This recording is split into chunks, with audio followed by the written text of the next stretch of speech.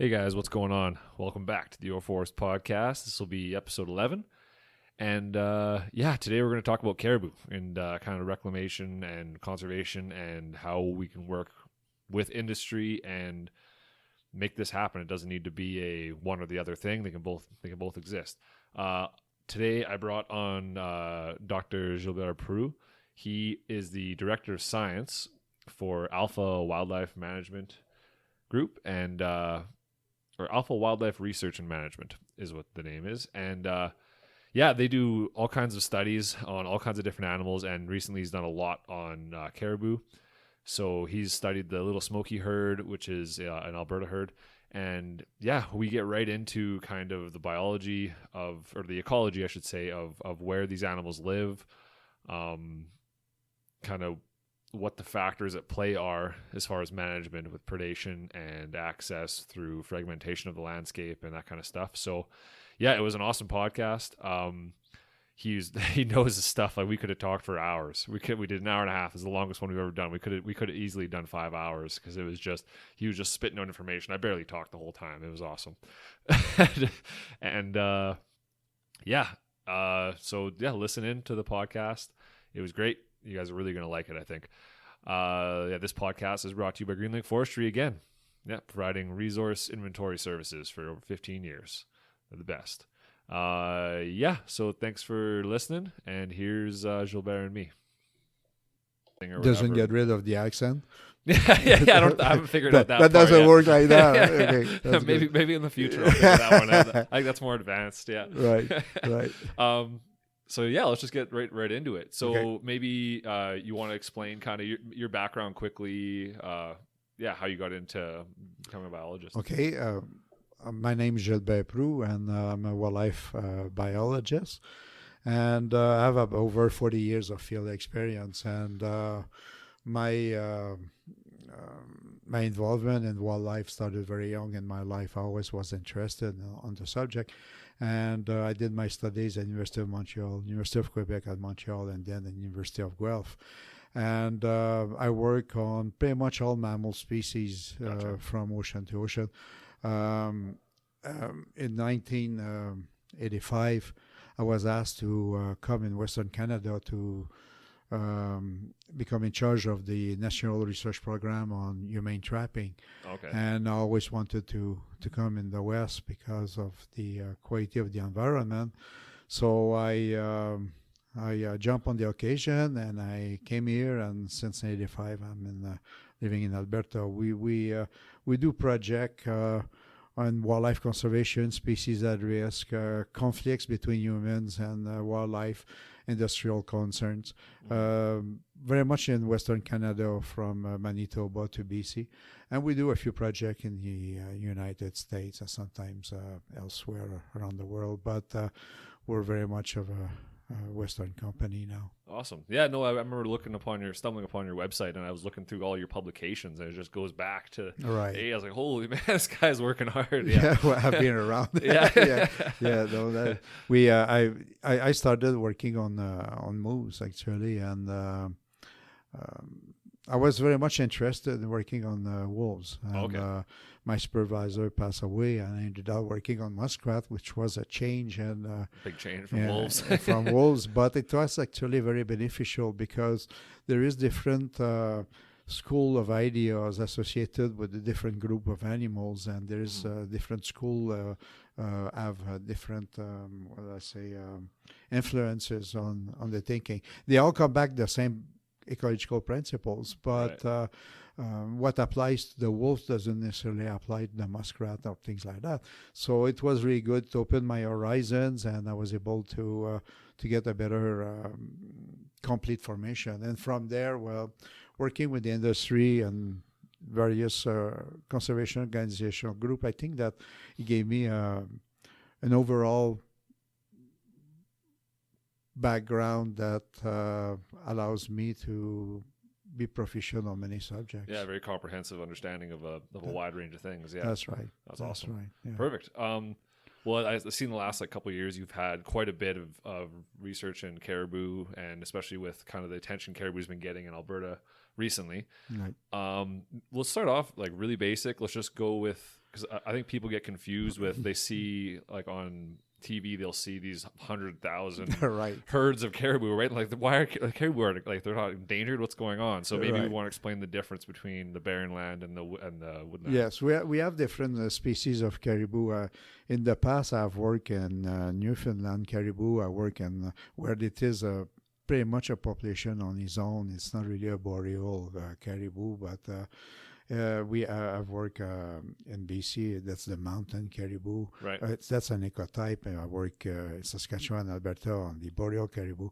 Now, you're absolutely right. People confuse our caribou with those that you find in the Arctic. The Arctic caribou, and there is the caribou of Groenland, and there is the Prairie caribou, which is very small endangered caribou. These are caribou of the open grounds. Okay. They have a very long migration across the land. Mm-hmm. They are fully dependent on lichens, and they come in large numbers, similar to the ungulates or the cervids that you find in Africa. Large numbers, large openings. Mm-hmm. They are associated with the musk oxen, the Arctic wolf, which is a gray wolf, but adapted to the Arctic grounds, Right. and so on. In our provinces, the woodland caribou is the most spread species, going from the Atlantic to the Pacific. And the woodland caribou has three ecotypes, Okay. and it has nothing to do with the genetic background of those species, in that sense that if you were to, and we have seen that in British Columbia, if you take caribou of one ecotype and you put it with the other ecotype, they will breed, produce fully reproductive capable animals who can reproduce and Okay. so on. So the ecotype is more related to a behavior within the populations. Mm-hmm. In Western Canada, particularly in British Columbia, and we have a few in Alberta, we have the mountain caribou, Right. which is a species that moves from the valleys to the Arctic, not the Arctic, the Alpine, Mm-hmm. as the seasons change. So it's a species you will find in very productive forests, but also in areas that are windblown on the cap of the mountains. And they do that to be able to access different arboreal lichens, and it's based also on providing the calf with the best food, when they Right. come down in the spring and summer. Then there is another one, which is a distinction made by the federal government, which is the southern mountain caribou, Okay. which is a similar species in many ways, that has vertical migrations as well. And we find it in northern British Columbia. We find it in the Yukon, Okay. those places. And then we have the boreal caribou, which is the largest ecotype that we find mostly from, I'll say, in BC, the Peace River area, Alberta, and goes to the eastern provinces. Right. And the boreal caribou, actually, we're starting to realize that although it's spread all across the country, it has different behaviors as well. The boreal caribou in eastern Canada, like Quebec, Ontario, Mm-hmm. is very much associated with all-grown mature forests, very productive forests for harvesting companies. Mm-hmm. While in Western Canada, it's more associated with muskegs, or what they call peat moss forests, or bugs, Logs, and black spruce. black spruce type, and they are very much associated with the tamarack black spruce mix. They are not crazy, I found, about pure black spruce forests.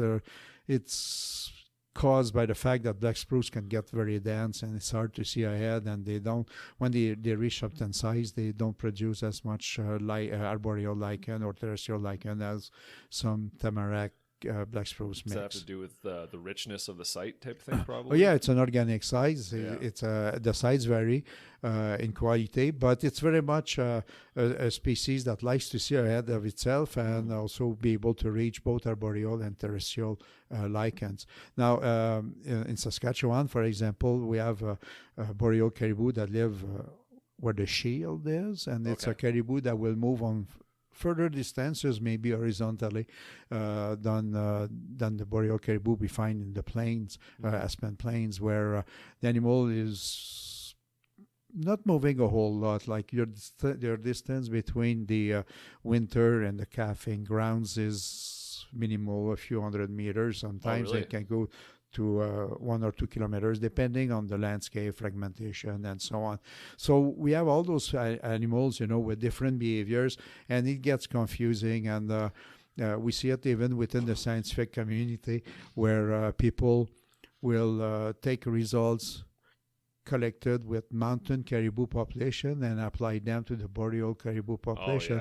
And this is wrong, because these are different behaviors. Wolves, predators in general, behave differently too. They move from a solid ground like the spruce, the mixed forest of British Columbia, and then you are having the boreal sites where it is wet in the winter. There is large accumulations of snow. It's a difficult terrain to proceed through. So caribou and predators act quite differently. So when we talk about the management of species of caribou, it's important to have a knowledge of where they live and who they are. Absolutely. And while we have large numbers of caribou in the Arctic, if you go back to the readings of the early 1900s and the old naturalists, Elton and those guys, they report the fact that these caribou were never very numerous, the woodland caribou. Really? It always has been small groups. Now, some people interpret that as a defense mechanisms against predation. I think that it may have nothing to do with it. It may be just the fact that because you live in a habitat that has a limited carrying capacity, where you cannot be 1,000 caribou in the same spot feeding on lichen, or it could be a mixture of those explanations. One of the things that is really important is not try to speak for the animals, and we have that tendency, some biologists do, to decide for the animals where we live, and that's not how it goes. Right. Let the animal tell us what's happening and take it from there. Yeah. So the boreal caribou, for example, that we find in Alberta, Saskatchewan, is the subject of large controversial management programs right now. Of course. Is a species that must be distinguished from the other. It's an ecotype to be distinguished from the other ecotypes, and manage according to its own environment. Right, of course. No, that makes sense. And so I was listening to a podcast earlier today regarding caribou, and it was actually a hunting podcast, and they were up in the north hunting caribou, and they were describing how even up there, you see on like National Geographic or whatever it is, you see these giant herds of hundreds of thousands of them, right?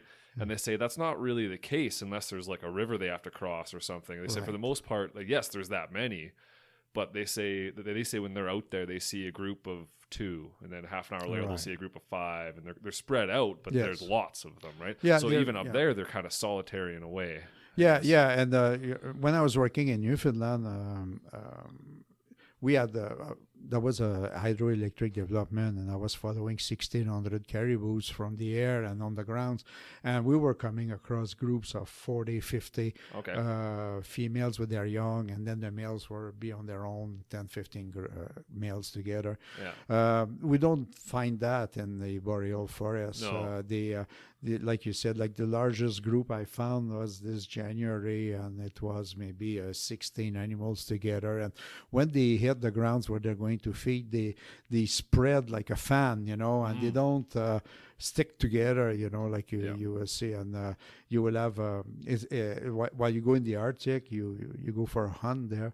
You can really select the animal that you want to shoot. While in the woodlands, it's more a question of encountering the animal that you would like to shoot, like it's and of course different. In Alberta we don't have a hunting season. In BC they do for woodland caribou, but they're a different situation over there. They are in general, the woodland caribou is protected from hunting, and there is still some kills conducted by native groups, or they're allowed, but there is an agreement with the native group saying, listen, the species is not in its best shape right now. Can we give it a break? Yeah. But you would get like group of hunters, a few people who cannot pass the opportunity and they will take it, but in general they are protected. Yeah. So what's 'cause I was under the impression there was a license that you could buy in BC for caribou. It's not woodland caribou. It's that would caribou. be The plains caribou or something. the mountain caribou Oh, the maybe, mountain. but I see. Okay. I didn't follow it recently. There Okay. used to be when I was working in the 90s in BC, there used to be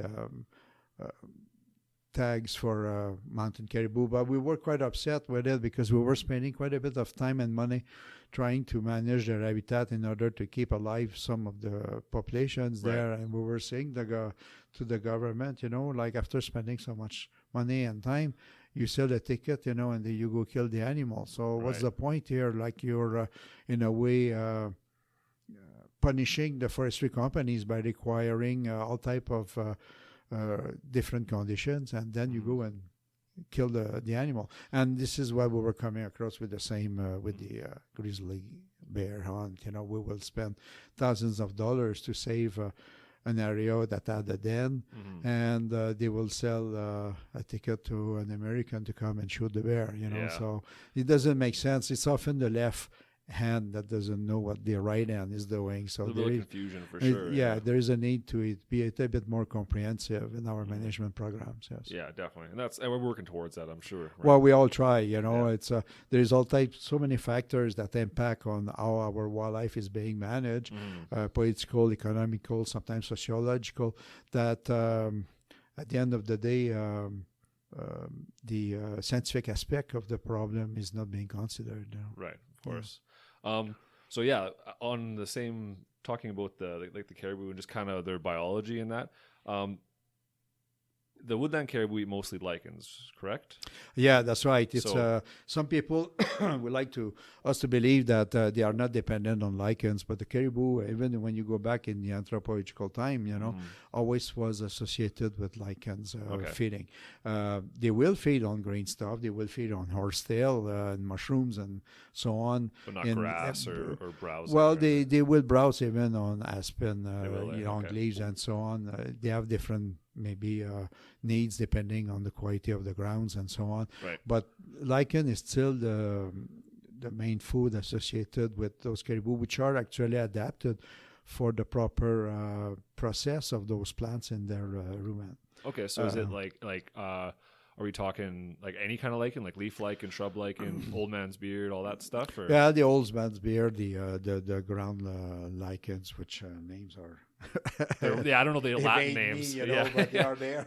Yeah. The mountain caribou feeds mostly on arboreal lichen, and that's why they move at different altitude to take advantage of the snowpack in order to reach those lichens.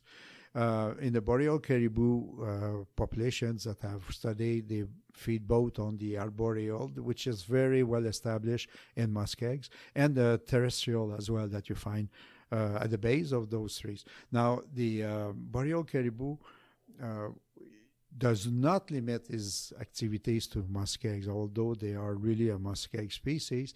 They will use upland stands that are adjacent, let's say within 2 kilometers of the muskegs. So in Alberta, the lodgepole pine stands are used by caribou either to travel from one muskeg to the other or to go and feed on terrestrial lichen. Now, not all lodgepole pine stands provide caribou with their needs. There were studies done 30 years ago by consultants here in Alberta showing that you have to have the right soil composition. The site must be of the right slope and so on in order to help establishing those lichen stands. So protecting all the lodgepole stands will not necessarily help the caribou. Right. At the same time, protecting aspen stands that are not used by caribou, let's say the boreal caribou in Alberta, will not help the caribou when it comes to food and cover.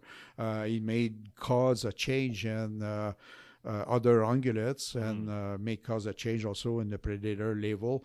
But truly, you know, the habitat of the caribou is well determined, and we have to stick to it. You know? Right, of course. So, so when you say the pine stands, so pine, for people who don't know, pine generally it has a similar nutrient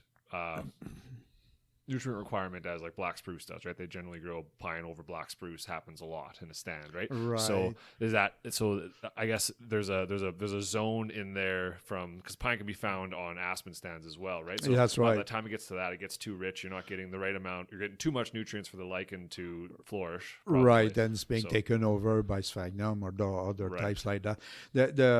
The pine stand that I've seen used in Alberta, they were on dry soils. Good drainage. Right. So dry sites. Dry sites, and you will find them as well within the muskegs. You know, those type of mixture. In Saskatchewan, it's the jack pine instead of the lodge pine. Right. And interestingly, you know, there is that belief, which is false, really, that a forest has to be 80 years and older in order to meet the needs of the caribou when it comes to the upland forest, or let's say the pine stands. Yeah. And this is really misleading, because caribou choose their sites not on the base of the age, but on the base of the structure. And some sites, for historical reasons, will replenish itself in lichens after harvesting faster than other sites. Right. In Saskatchewan this January, we were studying caribou, the Cold Lake population there, and we were finding really abundant caribou groups in jack pine stands that were impacted by mistletoe, and they were that had been generated 20 years ago by fire. It's if you go by the recovery guidelines that are used, that have been released by Ottawa and are being implemented by some of our provinces, these stands will be considered trash stands that are not good for caribou, but actually they are the preferred ones. Really? So, like any other things, there is similarities even within the boreal caribou population, but again, you have to study and adapt your management conditions according to the environment used by the caribou at the local level. Of course. And you cannot take a big brush and judge the stands on the basis of their age. And I know that there is some managers who recommend they go back with the old system we use in management of upland forest to have a balanced distribution of old growth, mature, young, and early several stages. Right. But when it comes to caribou, you know, that's not necessarily appropriate. You know, it's good to manage martens, American marten, or late several species.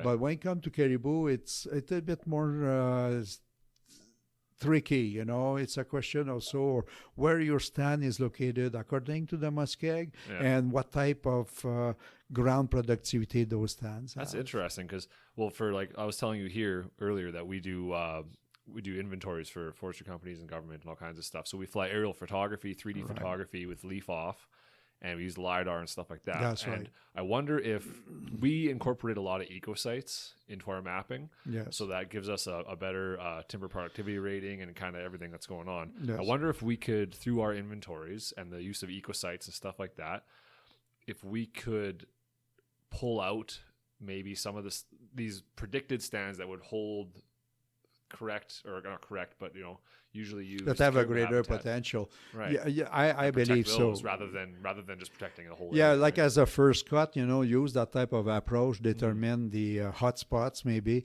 and then you go on the ground and you proofread it, you know, make sure there's tracks. And, that's right. Ground truth it. Yeah, exactly. You got to make sure that what you're doing makes sense in the real world, right? Yeah, no, that absolutely. And actually, I use a similar approach in British Columbia when I was working on the American marten. In those days, they had a type of map that was called TEM, terrestrial ecological maps, which they stopped producing because of the cost involved in those maps.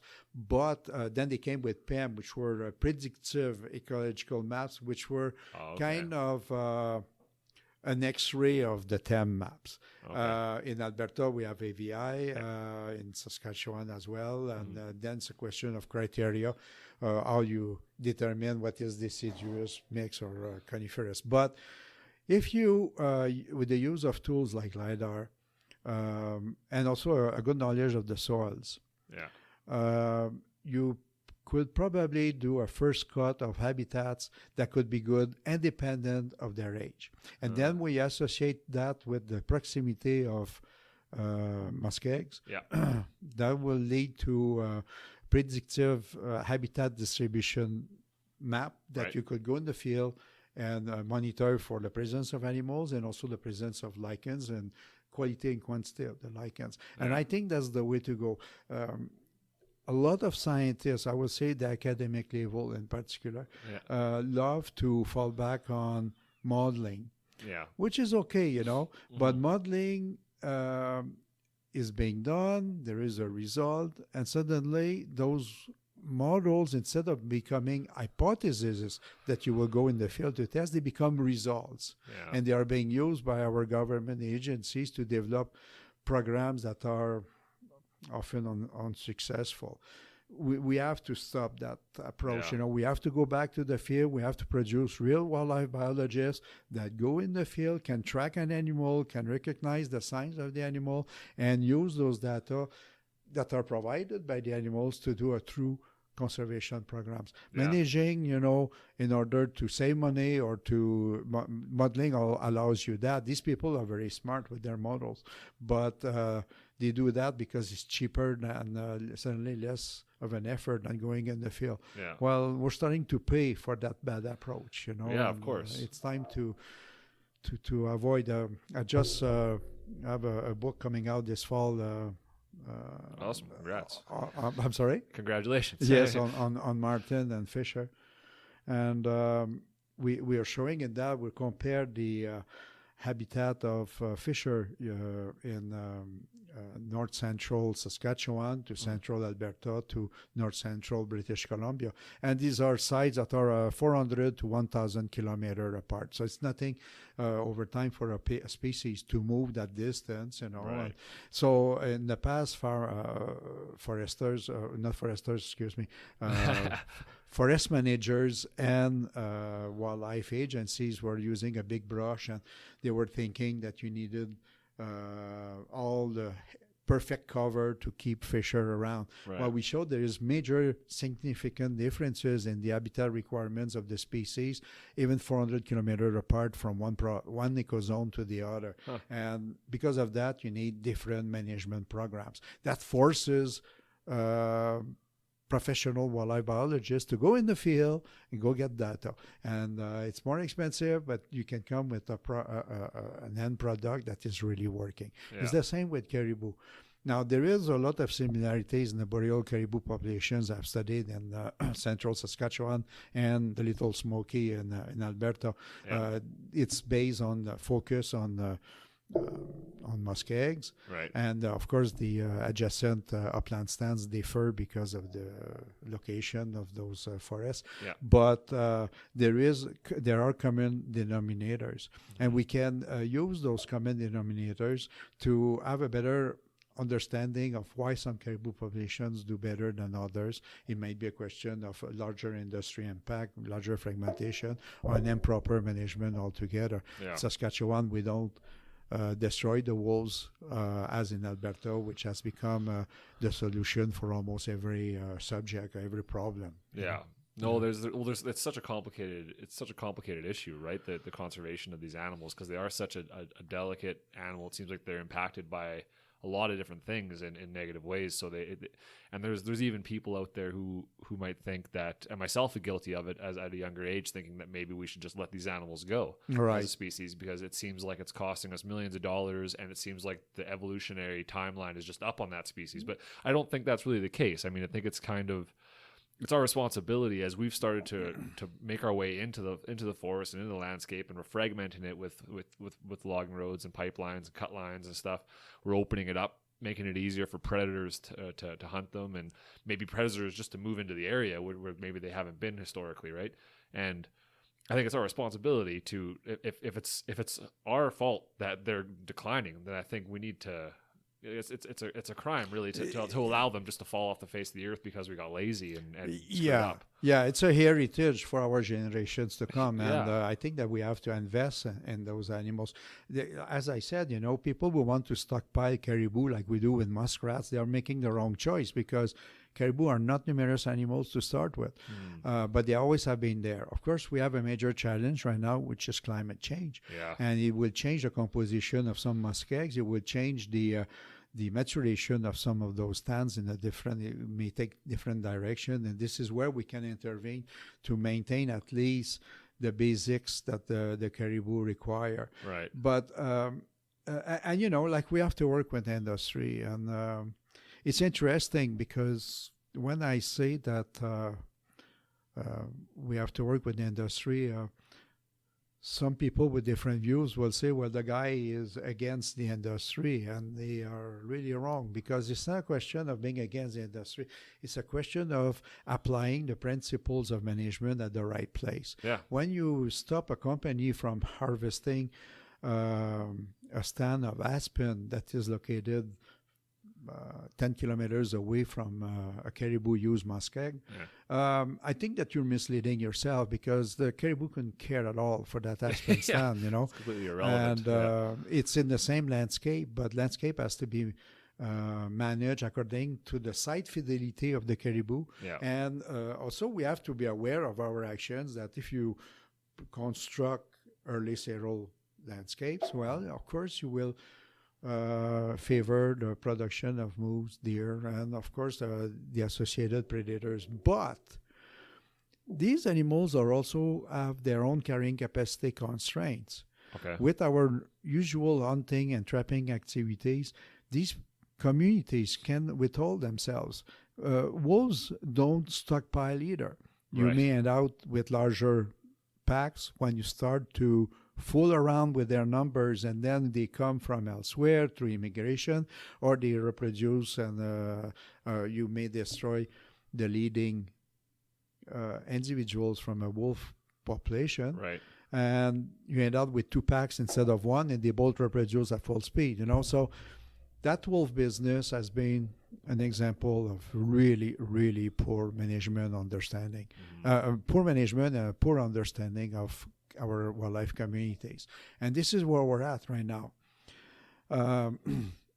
The caribou management in Alberta, and in the mind of some people who don't necessarily live in Alberta, has become a single species program. Yeah. A single species program that I have known when I was a young biologist coming out of university in the 1970s, and we were managing marshes just to produce ducks in order to please the duck hunters.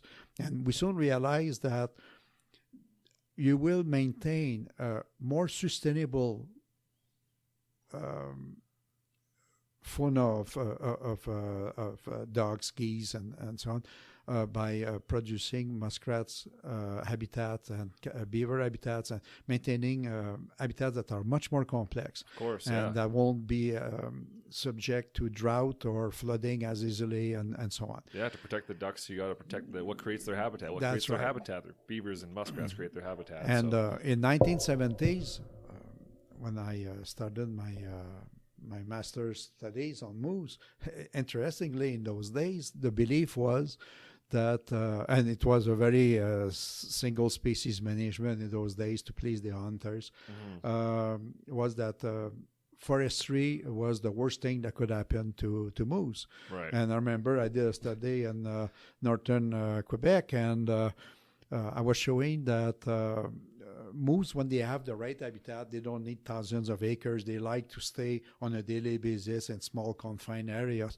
But if they had the chance, they always included a young cud block, let's say 5 to 10 year old, and I said for animals that are suffering from cud blocks, they should like to bring them in, Yeah. And now we know that cud blocks are actually moose producers. They're prime habitat for they are them. prime Creating habitat. all these small little saplings coming up that are perfect height for moose to chew on, and they're just That's right. And the wolves followed the moose, and they work with it, and we ended up we never lost a species to predation, and we never lost a species to such activities. Everything was holding itself. Yeah. Now we're in apocalypse approach. Yeah. That oh my God, we're going to lose everything. So we humans are so much smart. We're going to replace the predators. So now we start to remove the predation, we remove the competition, which is a bad term when you compare moose deer activities to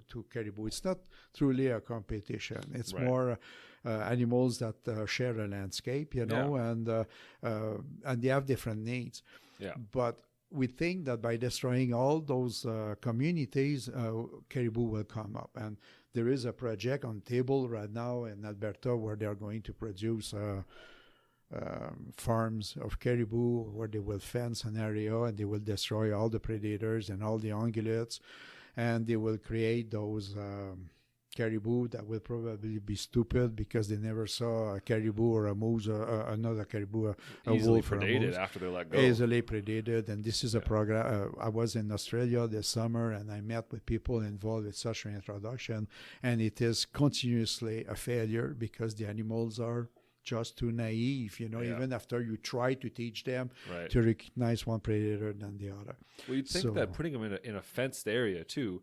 I mean, you look at a place like Elk Island National Park where the problems they're having now, where they created a fenced off area. They have lots of bison and elk and they're flourishing. There's no predators in there whatsoever. And they're getting to a point now where the carrying capacity of the area has reached its maximum. Yeah. And they need to start killing them. Well, and now they want to control them, but well, people said let them go. People said, well, let them go out into the nature. So, well, no, they all have diseases that'll spread. Well, actually, they don't have disease. Oh, they don't? Okay. They don't. The disease issue comes from a farm in Fort Saskatchewan where they found a possibility of chronic waste disease. Okay. But they are not in the Elk Island, the animals, for all I know. Okay. Not that I know. And if there was, they would have been quarantined by now. Right. If they were and they didn't quarantine them, then it would be again poor management. Of course, a population like in the Elk Island didn't happen overnight. You know, like these are not rabbits. You know, it's not an outbreak of elk that we have there. It's because they were not properly monitored according to the habitat. But interestingly enough, we had a pack of 15 wolves there that was feeding on the ungulates and. Following the complaints of some farmers in the Blackfoot Reserve, you know, the government decided to shoot 6 overnight and destroy basically the integrity of that pack. My question won't solve the problem right now, but my question is, what happened? Why would you go and destroy a wildlife community that involved large predators and a relationship with large herbivores? The moment you remove them, you're causing havoc. You know, it's chaos. And now you're saying, well, you have too many elk. Well, again, it didn't happen overnight. So there is an issue of management there. I don't want to be overly critical of my colleagues there, but there was a weakness there. And wildlife management is, particularly with men putting their fingers in all the sauces, well, we have to be a little bit more careful with what we're doing, you know. Yeah. Make sure the science is there before we act. And Elk Island, by the way, they are a little bit smarter than caribou raised on the farm, you know, because the animals, there is an exchange of animals with the outside. There is animals traveling under the fences or through the roads, you know, and so on. And those fences are not and should not be impermeable like they want to do for the caribou. Right. So, you know, like we have people that all come up with those great ideas, but you know, the basic issue is habitat. And it was brought up by Albertan biologists from the government in the 1980s, and 40 years later, we still don't have people working on habitat. And now we're saying, well, we should wait another 50 or 80 years. In the meantime, we're going to destroy the predators. That's not the way to go. It takes time to rebuild an habitat, but there is activities that can be done immediately that will protect the caribou and allow the industry to continue its activity. And one of them is the connectivity, reestablishing connectivity between valuable habitats that caribou cannot use because the habitat is, the landscape is too fragmented. And just by doing that, we can improve the percentage of the landscape that is adequate for caribou. Right. Where in the Little Smoky, for example, 2 winter studies allow us to determine that there is possibly at best 20% of the landscape that can meet the caribou needs. Really? Okay. And within that 20%, I did not determine it, but there is several of those muskegs that we surveyed, and they were not used by caribou, but they were unfortunately separated from the productive one that caribou were using. Gotcha. We can reestablish those things. One of the most important resource we have in our world of professional is the silviculturalists. Right. Those people... Silviculturists, just for people who don't know, are people who are regrowing the forest. Yeah. That's right. They are the people who plant, who engineer the planting, and they really plan the shape of the landscape, you know. And I'm always so impressed by the quality of these professionals, and I find this is such a misuse or underused resource. They have potential.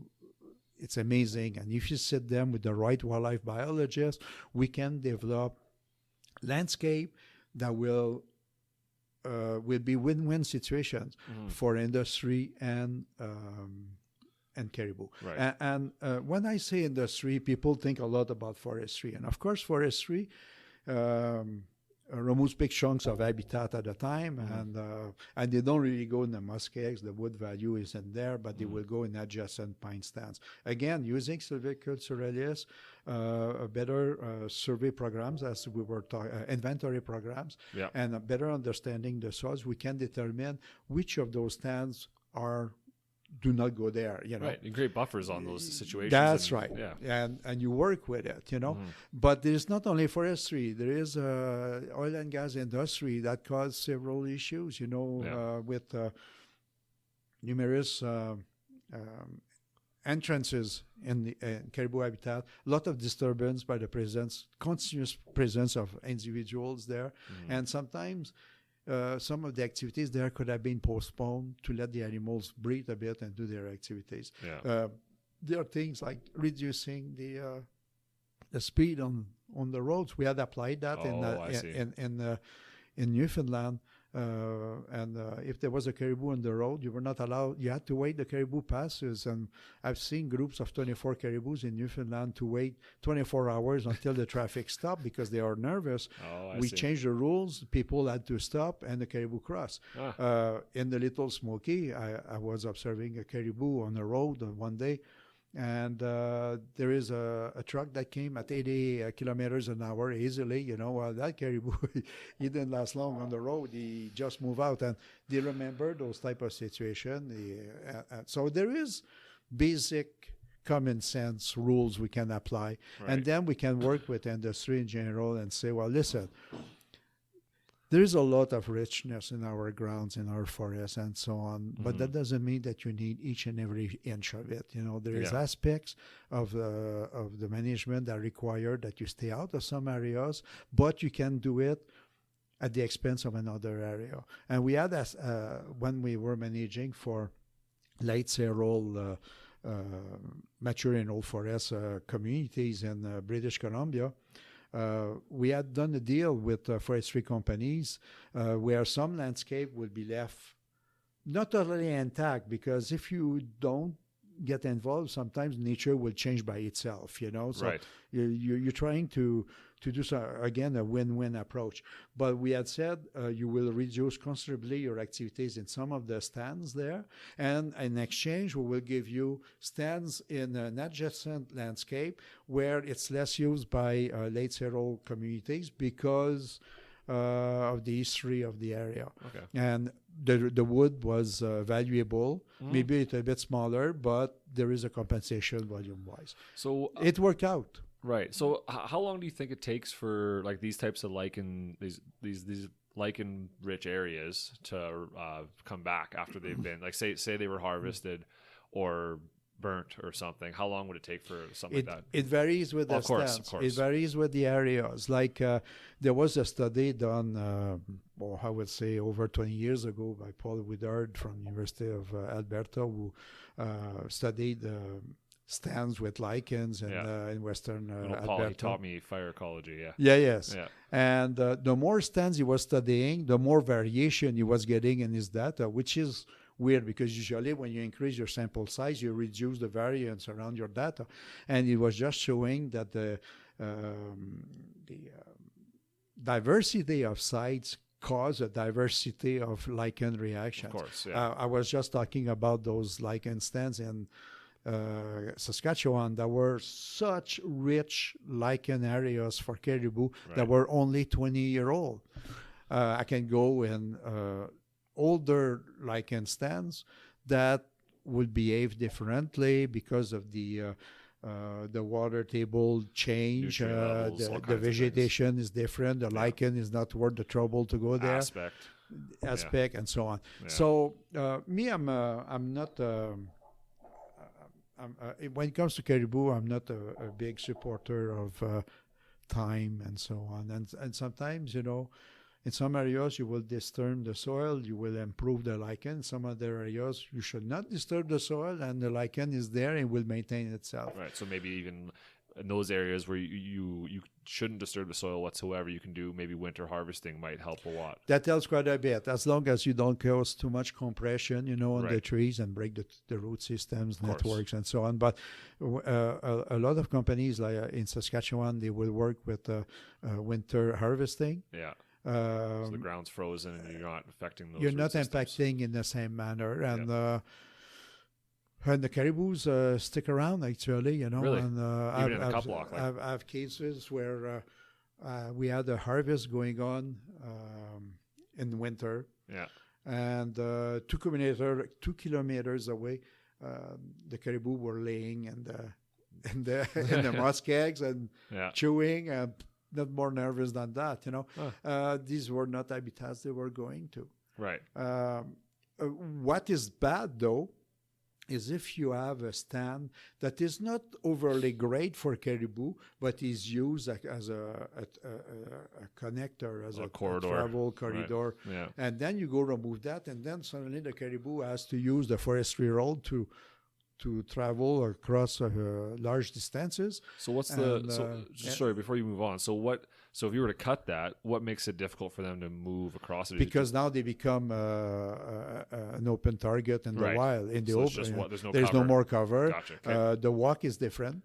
Yeah. And it's a rougher walk. And they have to use the roads. Gotcha. And the wolves monitor roads. So it's easy to. Why it's easy for them. Yeah. They love roads to mark their territories. They love seismic line to mark their grounds. Mm-hmm. But correlation doesn't mean causation. No, exactly. You may be on the seismic line, and I've followed quite a few wolves this year.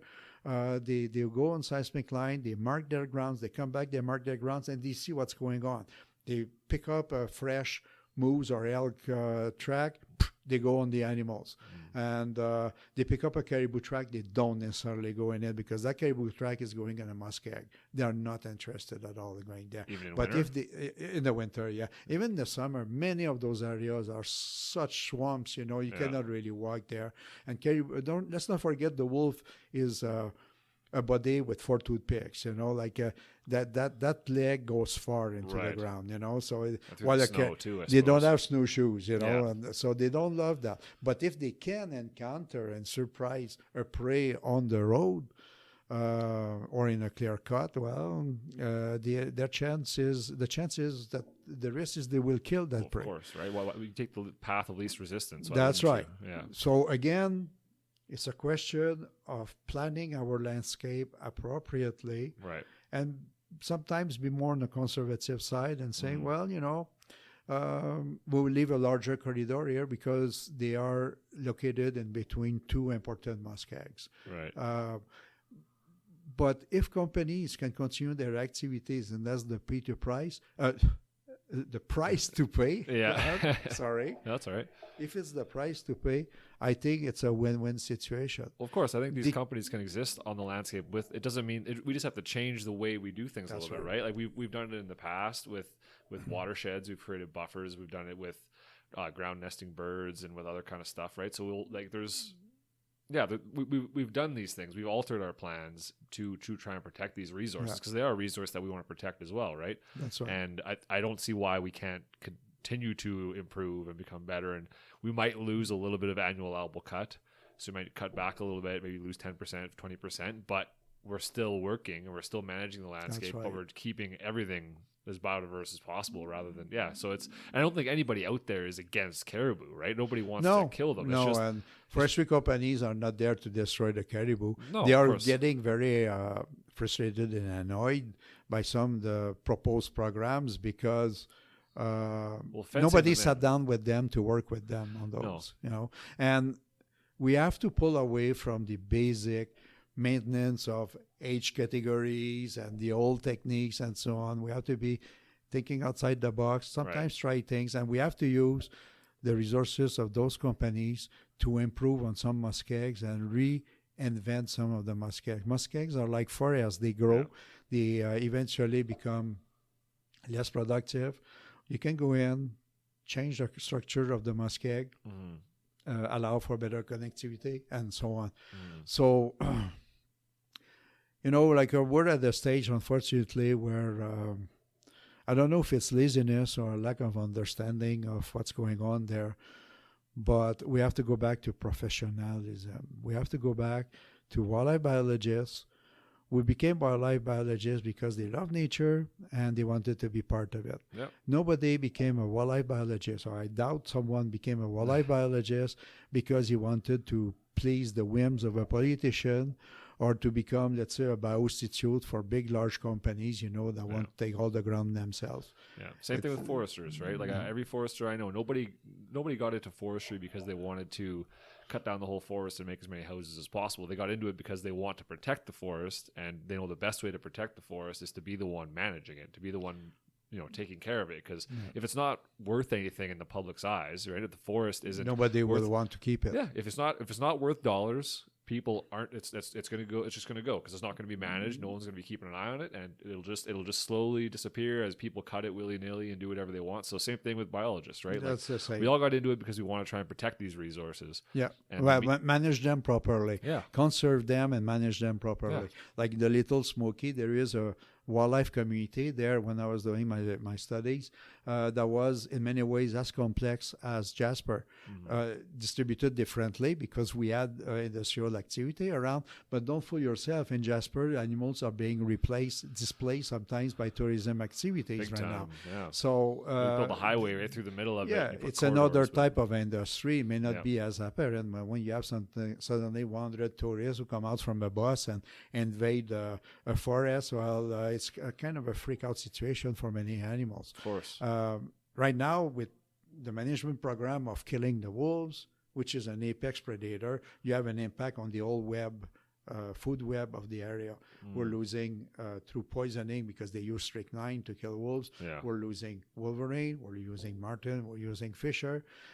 Trappers see it on their trap lines that are much less productive. We have a replacement of animals where you destroy wolves, but now we have a greater number of coyotes. So what's the next step? We'll kill all the coyotes? Yeah, strychnine. We have not an answer. Conservation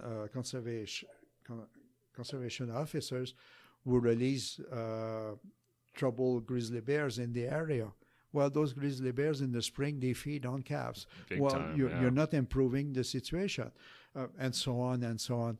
It's a mess, but we can solve that. Yeah. There is a guy who wrote once in the Edmonton Journal, you can go anywhere in Little Smoky, and if you hit a baseball, you probably will end out on a man-made infrastructure. Yeah. Well, if I go to Jasper and Banff, there's many places I can hit a baseball and I will end out on a man-made infrastructure too. Yeah. So animals are adapted to that type of environment. Let's work with them and keep the communities alive. Mm-hmm.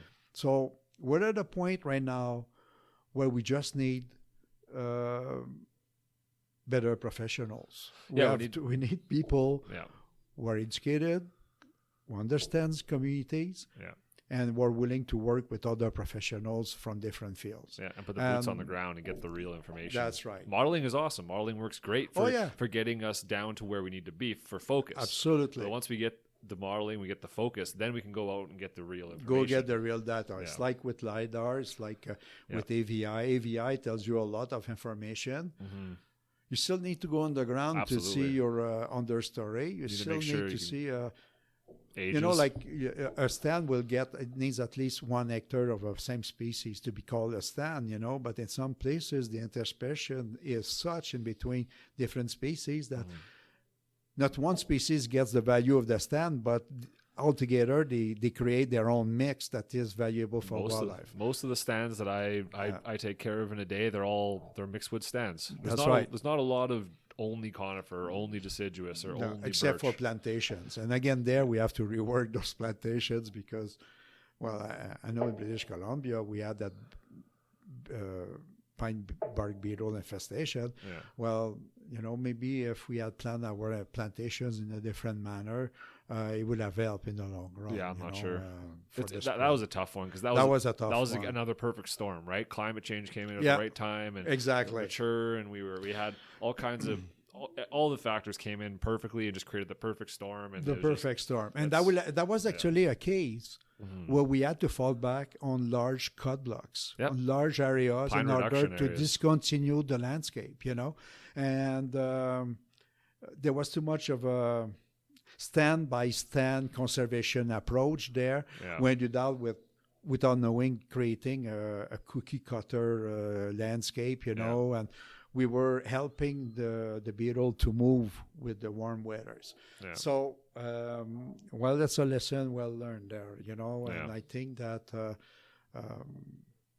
in my case, I would have cut a lot more bush in those days, but... well, they were trying to do a lot of... I know when that happened, when the pine beetle epidemic kind of started breaking out, I was working doing layout for a company in Alberta, and we were instructed that if we were laying out a pine block, as long as there was pine, you just kept putting the pine in the cut block, because at the time they're like, this pine is going to die. Like there was, you know, a kilometer away there'd be pine beetle infected trees. Right. And so they're like, we need to take these now, take away their food resource, and like they used it as part of their annual allowable cut. So it wasn't like they were cutting more than they normally do. No. It's just supplemented now. So, but there was a little bit of an abuse where you had some pine within a spruce forest, a mix, you know, and we were cutting the old forest. Right. And that was a mistake, that too, because then we the spruce will not help to the maintenance of mixed stands. Of course, you could lose your pine, but you were maintaining your wildlife community, and those pine beetle outbreaks, they were not doing well through those mixed stands. They were or small pine trees. Pine trees. We were replacing that by small plantation. Even the plantation were being eaten. So it would have been better to keep the mix in this case. Lose the pine, but you know. So there's a long. I mean, we cannot know it all. I mean, the last time we had an outbreak like that was before some of our new foresters were born. You know, so we learn. Hopefully we will pass that information to others. It's a tough one, right? It was a tough one. Yeah. But in the case of, it goes back to what we were saying. You just don't throw the towel, though. You do your best to save everything, you know, as a wholesome approach. Yeah, of course. And this has not been the result we have seen, or the effort and the result we have seen here in Alberta right now. Yeah, of course. A couple more things. So, do you know what the population of the boreal caribou is in Alberta? Or I know there's about, I think there's 7 or 12 herds or something. Or like it's about that, and they come with all type of numbers. And I something in like the 1,000 range, hey, or 1,500. I'm being careful with those numbers because there was a study in eastern Alberta where a study of the University of Alberta had put out the population as a few hundreds, and when they did the study with scat sniffing dogs, you know, they had twice more caribou, you know. So caribou is a species that is quite difficult to survey. I've never seen one in the bush. I've seen tracks, I've seen signs. I've never seen one. Yeah, you have to be lucky to encounter them. Yeah, that's for sure. They have a fantastic smell and ear. But when you survey those caribou, they're like small footballs under a bunch of trees, and they are really, really hard to pick up. So you have to be careful with those numbers. The same, we have to be careful to have those numbers direct your management. Like, for example, the caribou guidelines, recovery guidelines in Ottawa, they put the magic population at 100. Well, like the Little Smoky probably was always between 60 and 80 animals, and they are still there. The 100 may not be feasible because there is not habitat for 100 caribou. Right. And I remember there was a study from the University of Guelph that had indicated that for a marten population to survive, you needed to be at least 31 animals, or 30 or 31, something like that. And the government and Holland had contacted me and some of their scientists and say, well, we have a population that has been here for 30 years, but we only have 21 animals in it. Should we just let go that park and move on? Right. And I laugh and I said, well, again, that was a model, but it varies. The impacts of the population size varies with what else is there, the surroundings, what you do with your park. I said, you shouldn't do nothing against that population. And that population still exists, it's still there. So numbers, you have to be careful with that. Like it's a guideline, fine, but it is not something that you should use to decide if something is sustainable or not. It depends on the environment. Everything is relative. Like in an area like Saskatchewan, where they lose 50% of the landscape every 10 years to fire, you will never have a landscape with less than 50, 65% disturbance. But the muscat network itself is very healthy. It's more than 65% untouched. Caribou are happy. Really? So our perception of what caribou should not be based on numbers we crunch with models. It should be based on what the animals are telling us. So, okay, so if we're not going to use, so say like you said, in the past, even Alberta's caribou populations were always small, pretty much, supposedly, as far as we know. So if you think population numbers, like, because they're hard to count, basically, they're hard to know for sure how many are out there and what was there in the past. So what is sustainable, what is possible on that landscape. So what do you think the metrics should be for people to know when we've kind of reached a sustainable level, right? Or maybe when we've gotten to a point of no return or whatever. Right. It is, right. Well, this is a hard question. And, of course. No, it's an impossible question. It's in the line of what is a viable population. Yeah. And you ask 20 different scientists what is a viable population, and you will get 20 different answers. Yeah. There is, though, historical findings that we have on that, for example, the Little Smoky. Yeah. The ratio of female to young always has been maintained over the years. Okay. It was there before the starting of the wolf culling program, right, which shows that even though the population was not overly productive, and caribou populations have never been so productive, right. Like they vary from 0.8 to 1.2, So they're just keeping the status quo. Yeah, but the caribou is a population of animals that is very similar to other ungulates or even carnivores, where the mature female population is stable and the replenishment through reproduction is just enough to maintain that maturation, that stability in the reproductive segment of the population. Right. So we can have 85% of the female will produce young, but that out of it, 85, maybe 70% will die. Right. For all type of reasons, including predation or starving. Predation, but starvation. Starvation, yeah. And people don't realize how some of those habitats there may not provide caribou with enough sustenance for the year. Yeah. So You have 15% of the calves that will make it, maybe less sometimes, but if it's sufficient to maintain your reproductive segment of your population and maintaining a base population, your population is not in jeopardy. Yeah. But your population will become in jeopardy if we continue to chew at the habitat and disconnect those habitats. So we have populations. Our objective is to augment their numbers, that's for sure. Yeah. To a reasonable level. As again, these are not muskrat, these are caribou. Yeah. And we have to increase and reestablish our habitats, and caribou will take care of itself. And if the caribou wants to be at 75 or at 95, I really don't worry about that, as long as they're stable. So it's a pretty nuanced question. It's hard to get the right amount, right? As long as they're there. There's no right amount. Caribou will know a lot more than our biologists what they want, Yeah. And that wolf business has caused us a lot of issues.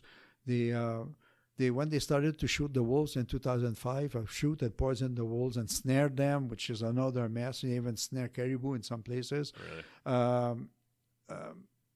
The wolf population probably doubled in numbers. Really? Why is that? Because wolves react to a reduction in their numbers. Same as coyotes do as well. Yeah, right? that's the same idea. Canids are very resilient to a reduction in their numbers. Their litter size increases. The packs are split. They have two liters instead of 1 liter. There is a study just came out from Alaska that shows that all the surrounding area will produce animals that will immigrate in the area that has been depleted for these wolves. Yeah. So in the case of Little Smoky, it looks like the population has doubled over 2 years or so. The wolf population. Yeah, and we ended up with huge packs, and now they were killing. It was it was just a situation where we were aggravating this thing. Now, when I did my surveys, my inventories of caribou and their distribution, we didn't have a lot of wolves. We had maybe 8-10 individuals going through the landscape. Yeah. And they were not in caribou habitat. They were sticking with the uplands where you found the deer and the moose. Yeah. Caribou, it's interesting. We always had the understanding that wolves that's a society, a wolf pack, and they can monitor themselves. They can control themselves, and they do have a minimum territory. Right. When we start to screw up with the numbers, and we have those wolves coming from everywhere, we're changing the structure and the density and the size of the home ranges, right? And we're causing more chaos. It's going to be hard to fix the problem because there's a lot of a mess there, but it's time to back off and focus on the real issue, which is habitat, and do it with the industry, work with the industry. Yeah. I mean, those... Rather than shutting them out, Yeah, those symposium, they don't have symposium. We tried to do a symposium of habitat. We got shut down so bad by researchers in Alberta, while some researchers that were saying they would boycott any opportunity to discuss habitat. That never helps. No, that doesn't help. It shows how immature some of our research people are. But we have to come up with a program that respects the needs of the caribou and understands the needs of industry. Yeah. It's not going to be perfect, but win-win situations do happen, and we have showed it in the past. The situations that we have right now, they call them all type of names. They come up with all type of new approaches and so on, are not situations that will improve the caribou because they are not based on habitat. Right. So once we have a habitat program that is serious, cleaning and fixing the seismic lines is not fixing habitat. A lot of those seismic lines caribou don't care for, and a lot of those seismic lines don't even go through caribou habitat, So it's to work on caribou habitat from a basis of food and cover. Gotcha. So this is one thought I had previously, was it seems like the lines, like cut lines and pipelines and stuff, we were talking earlier, how some of them shouldn't be reclaimed. They should maybe just to be left alone after they've been cleared, because there's so much, like, for example, we did a study, not a study, I was just part of the field group, but we were going out and we were remeasuring lines that had been cut about 15 years ago for caribou, habitat remeasuring. They're remeasuring the growth coming back, right? And they didn't do anything to them. They didn't reclaim them. They just wanted to know what the natural growth coming back is.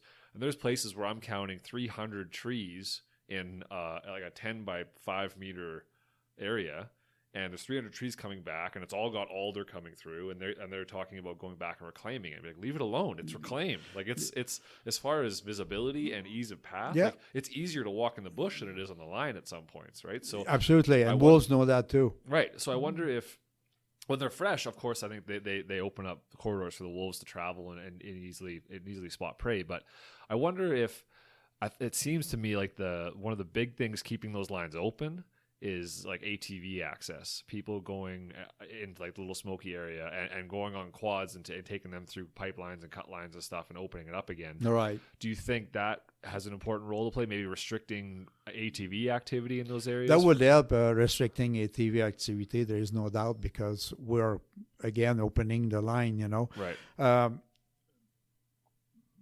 And this being said, we have to learn more on the subject. Of course, there's no studies really done on it, like I imagine. in British Columbia, they have shown that snowmobiles were impacting because suddenly they were opening the grounds, to mountain caribou habitats in the altitude, Okay.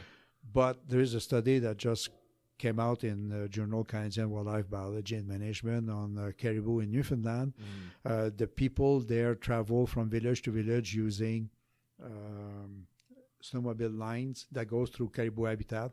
They have been there for over 10 years, and caribou knows they are there, and they don't get overly crazy about them. It's not really impacting on the caribou. Oh, okay. So again, different landscape, different behavior. Right. Like we have, if you look at our caribou, let's say in Western Alberta, Alberta is a province that has abnormally high number of seismic lines compared to other areas because we're rich in oil and gas. But a lot of those caribous were born in a backyard where the seismic line was there already. Right. A seismic line is not abnormal for them. Right. Some of their muskegs have trees that are 2-3 meters apart. Right. Well, on some seismic line, we have trees that are 2-3 meters apart, sometimes less, but comes at a time in the growth of the seismic line that it looks like a continuation of the muskeg. Yeah. Okay. I've seen in the Little Smokies caribou laying down on the seismic line sunbathing, Oh, yeah. So they were certainly not scared, Right. What bothers them, though, is when suddenly something uses a seismic line at full speed or we go in and we cause more disturbance than anything else to go fix a seismic line. Right. If I was going on a seismic line that has some coniferous species coming back, maybe I would like to promote the presence of tamarack and black spruce over pine. You were saying that the tamarack and black spruce combos, that's the that's the biggest continuation with the muskegs. Right. But if I have a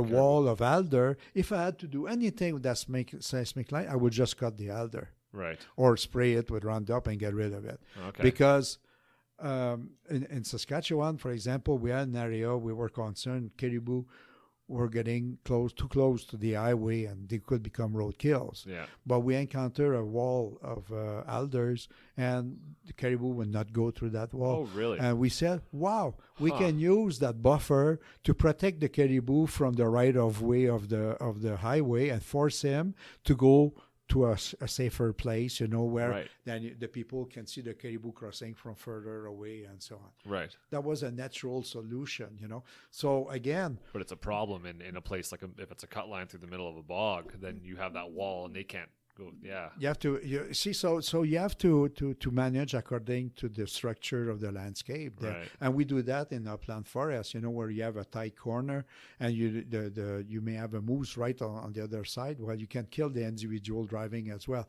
So it's better at this point to enlarge the right of way. In some other places, you will you will maintain a shorter right of way because you want the animals to pass there because people can see them from far away as they drive.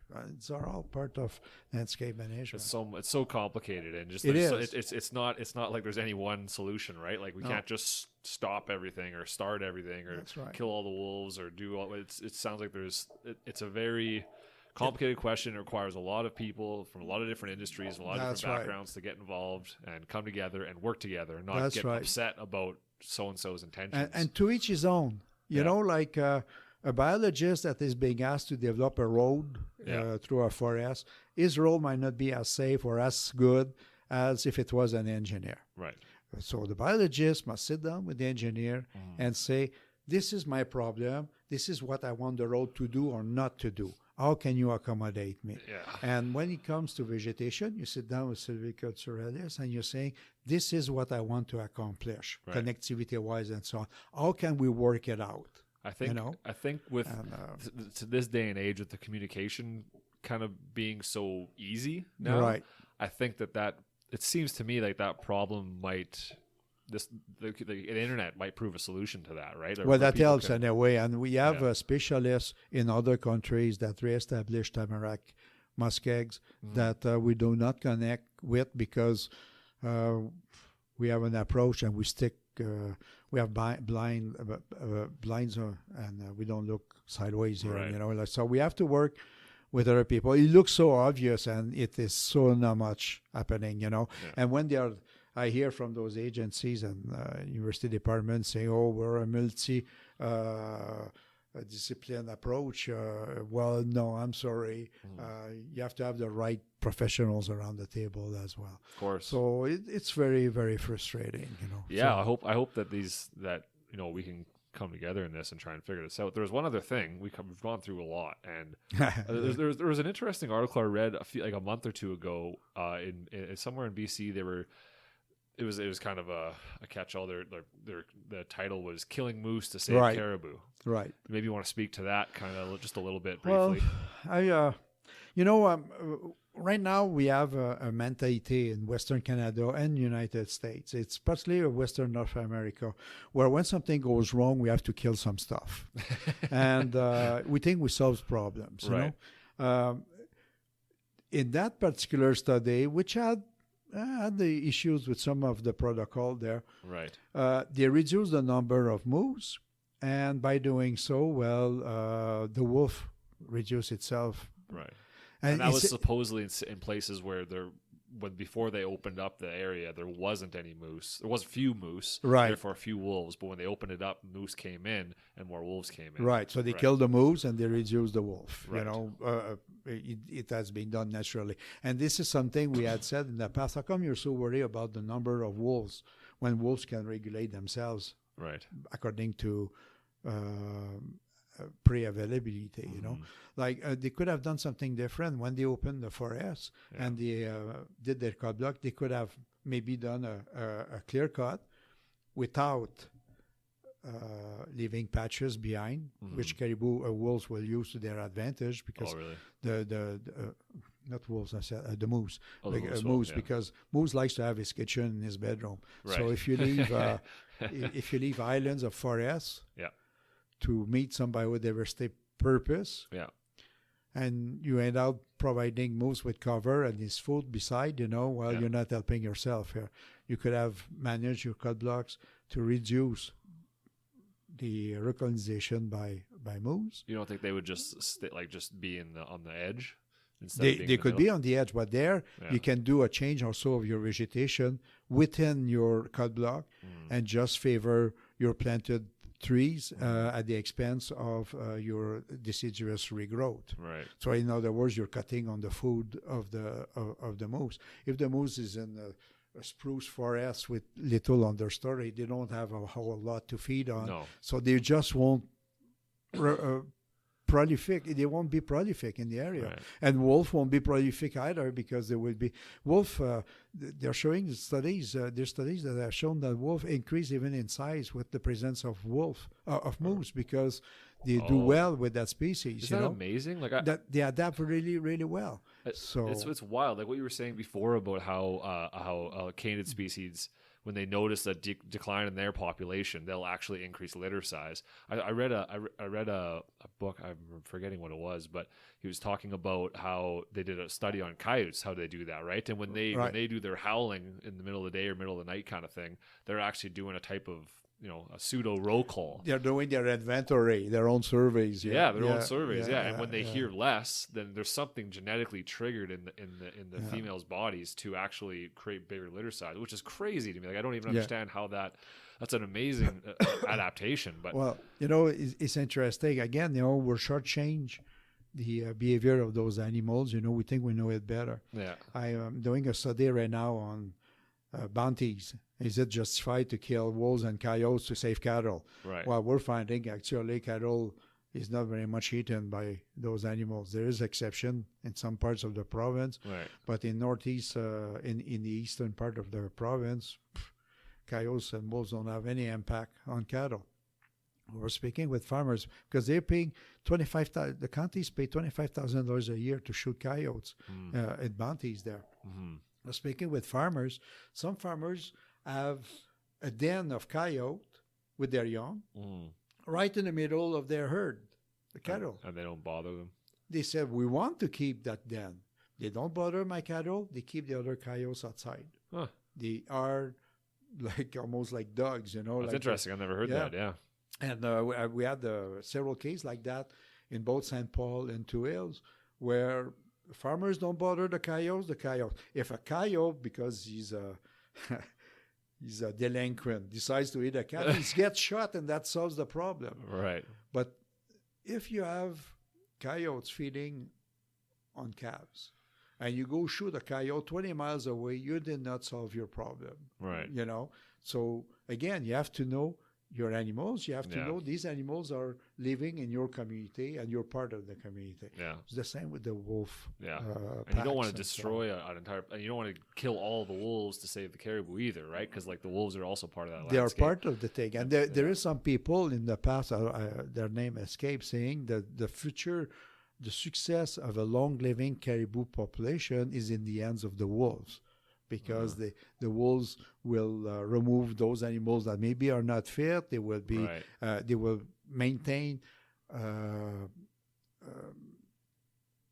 culture of fear within the caribou. Oh, keep them on their toes. Keep them on their toes. The caribou will stick their habitat. They won't become stupid and go in another habitat. They will be more careful if they cross the road and so on. They'll stay in their That's a community that is dynamic, functional. It works. It works. Yeah. That's interesting. So it's I guess we're working up an hour and 20 minutes here. Longest podcast I've done so far. I'm so sorry. No. It's all good. This is. I kind of knew this was going to happen. And I was thinking to myself, I'm like, this is a subject that I could do 7 podcasts on, right? Like there's so much to talk about. Like it just goes crazy. And I hope people don't get too confused or too overwhelmed with all the information. It is a lot, but maybe let's just kind of quickly summarize, in one sentence each kind of thing, what you think would be the best approach. What if if it was your job to implement a caribou reclamation program, and what would you recommend? Well, I would identify the regional habitat that is used by caribou. Right. See where the lacks are, how it can be improved. Right. I will sit down with the industry, and I will come up with a working plan that protects that caribou that is used by that habitat that is used by caribou, and I would maintain activities that are not impacting on caribou, and there would be a win-win landscape. Right. And I will not be afraid working with predators and help me actually in managing that landscape, maintaining that community. Right. I will not use those habitats as dumps to release outlawed bears. Right. And I will not screw around with the numbers of predators as is being done right now. Certainly not create a farm in order to improve my numbers. Right? No, the fence doesn't. Even the fence thing, even from a disease vector situation, seems like it might be. That's a major issue, and they have experienced it in Norway. With their reindeer. Where there is a concentration of animals in areas with more food, and then there is transmission of parasites and diseases. Any high population in a tight space, you're going to create a situation where if one gets the disease, they all get the disease. That's and right. It's a huge problem. That's right. So we have to go back to common sense, our scientific knowledge, and our field experience. Yeah. Work with people. Let's not be afraid to come up with win-win situation. We're not trying to save the caribou and destroy the industry, and we should not maintain the industry if eventually it will destroy caribou. This is a too simplistic approach. Yep. Stay away from single species, single solution problem, but focus on habitat. Yeah. And if we do that, it will work. And the forest industry is a perfect industry to talk about Absolutely. maybe not habitat, but the types, like they know the forest, right? They know know the where forest. to find what species Yes. of lichen or forbs or shrubs under what species Yes. of trees, and they can tell you if the biologists and the foresters were to sit down together and come up with a plan. Absolutely. They come up with an amazing plan. If Amazing it could work, plans. right? Like, let's not look at the industry, the forester as a foe here. He's one of the best ally we can work with in the bush. And they do work together. It's not that they don't. Yes, right? yeah, no, and forestry always offers, can we do something, But it depends what is your plan from the beginning. Right. There is some plan industry cannot tell. We have to move away from the old pattern, of age composition and so on. Now we have really to focus on the caribou habitat needs, Right. and then work our forestry. So we're changing it a bit, our approach, but we still require the same professionals around the table. Yeah. It's visible. I don't have any problem with that. I'm amazed that we're at this stage of discussing that. It's so obvious. Yeah. No, it's awesome. It looks like it's frustrating to see, two polar opposite sides of the Yes. spectrum having conversations in public forums and stuff, and it just seems to be an unproductive debate, right? It's not getting anywhere. It's unfortunate to see that. We hope that maybe in the future people can start to. I think everyone kind of wants the same thing, and Right. they want it in a different. Maybe they're coming from a different area, a different perspective. Maybe. And nobody wants to destroy the caribou. Nobody wants to shut down industries.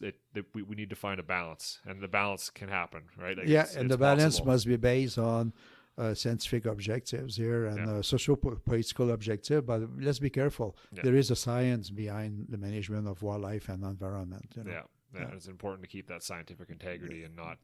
That's right. Oh, awesome. Well, That's right. thanks a lot, Gilbert, for coming on. Thank you. This was awesome. This was exactly what I was hoping to get out of this. I was trying to find somebody who had the right perspective on this, or the right perspective. Me, obviously I have biased opinions, but I mean someone who is unbiased and someone who can kind of speak to the science of it and the facts, and you're the perfect guy. So I appreciate you coming on and talking to us. Maybe we'll. If you ever want to come on again, and maybe and we obviously we could sit and talk for another hour and a half. It wouldn't be an issue, right? No. When you're with a French Canadian, there's a lot of words being told there. But I think it's an important issue. I thank you so much for giving me the opportunity to explain what's going on there. Absolutely. And what maybe you just want to say the name of your book and when it's coming out. Oh, that's a book on Marty's complex. There was a conference on marten and fisher in Poland, and it's released by the Poland Mammal Research Institute. So it will come up eventually. It will probably take 6 weeks to be mailed to me, so I really don't know when it will come here, but it should be this fall. Yeah. Awesome. Right Yes. on. Well, thanks a lot for coming on, and that was Thank an you. awesome podcast. If anybody has any questions for me or Gilbert, you can email me at yourforestpodcast@gmail.com, and I can get in contact with him. We can get some answers, or if there's enough interest, I'll just bring you back on and we'll just go through questions. Very But it's a crazy situation, and thanks for coming on. It's perfect. Thank you. Right. You're most welcome. Thanks for listening.